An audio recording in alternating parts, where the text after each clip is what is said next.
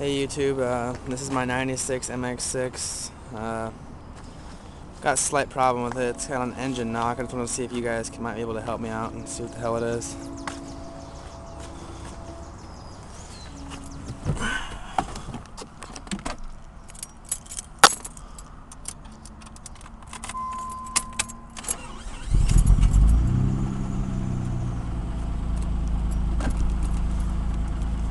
It runs and drives fine, but it's just this knocking noise. It's got me kind of worried. I just bought it a couple weeks ago.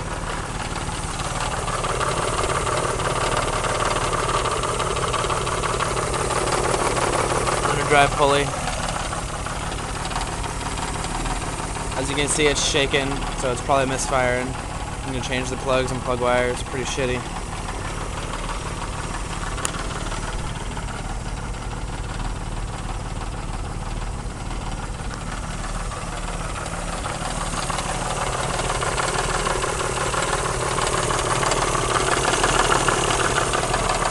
I heard that it could be my timing belt tensioner or some shit like that. $1,600. I don't know how I want to spend it on a piece of shit like this.